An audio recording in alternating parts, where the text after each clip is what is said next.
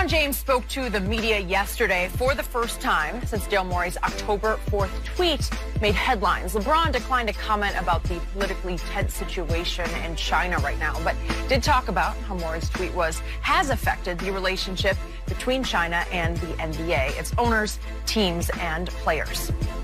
I don't want to get into a word or sentence feud with Daryl. Morey, but I believe he wasn't educated on the situation at hand, and he spoke, and so many people could have been harmed, not only financially but physically, emotionally, spiritually. So just be careful what we tweet and we say and what we do. Even though yes, we do have freedom of speech, but there can be a lot of negative that comes with that too.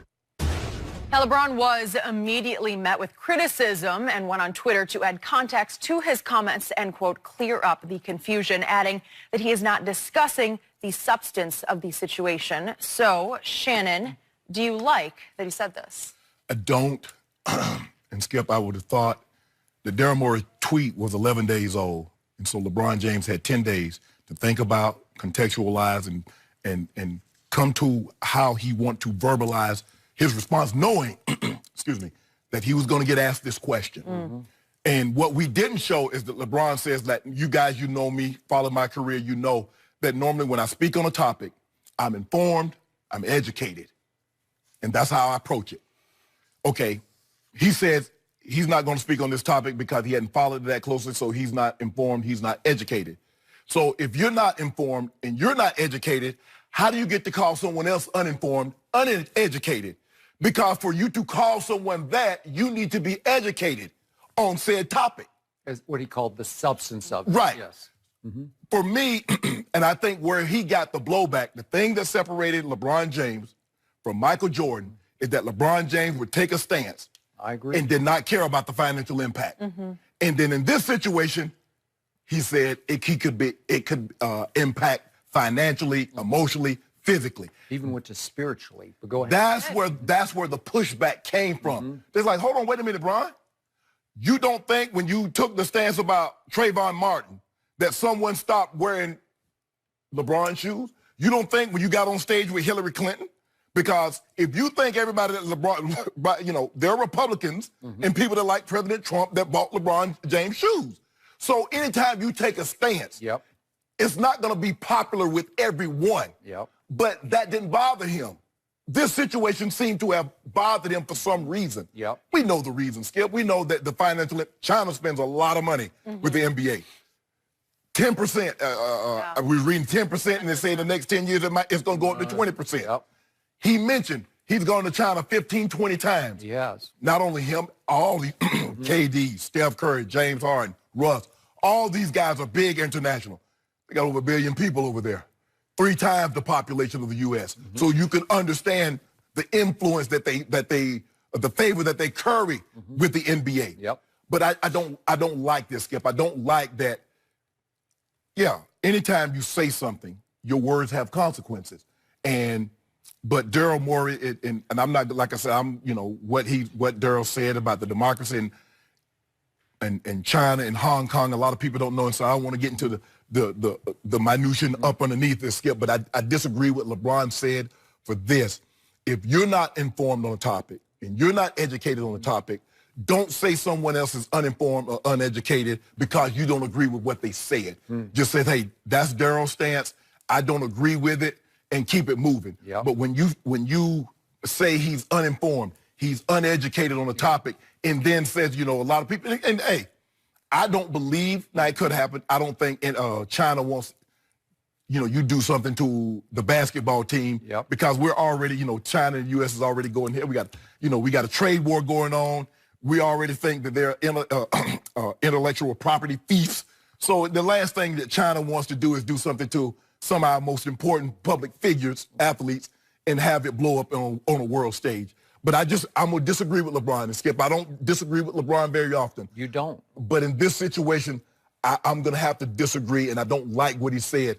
I don't like the way he verbalized it. And he tried to clarify it, and I get what he's saying, but it didn't come out right. And I thought after 10 days, he'd have a better, he could have shaped it, framed it a lot better than what it came out. Okay.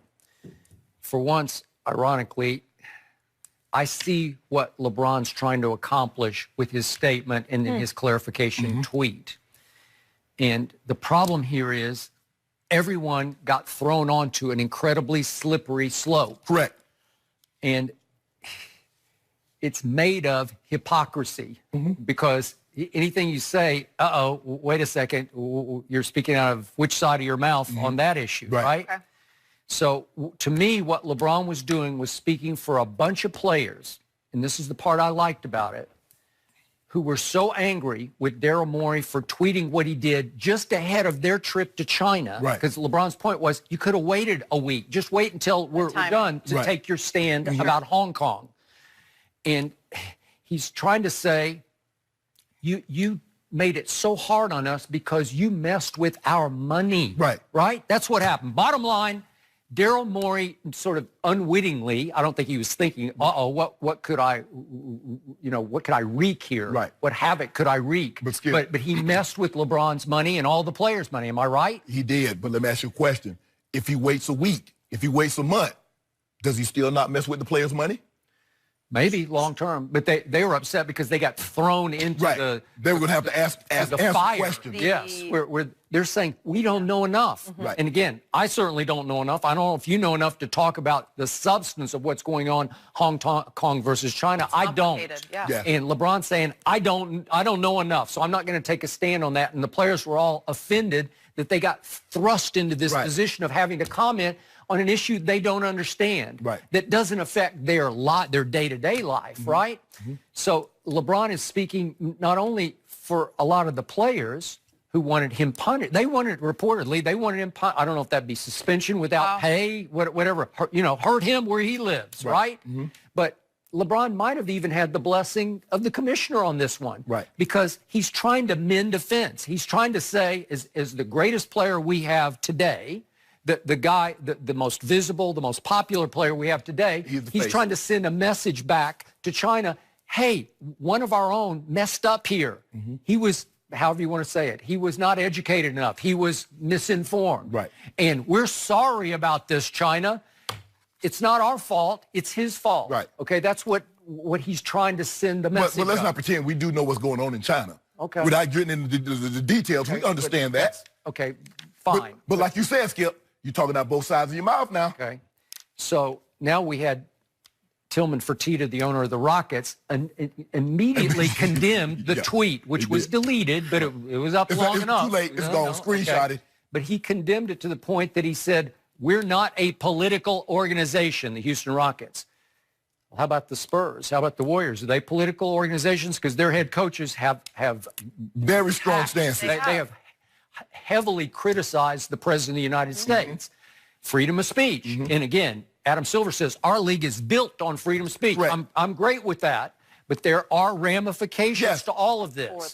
So now let's take it back to what the NFL went through with Colin Kaepernick. I was 1,000% behind the spirit of his protest, the reason for his protest.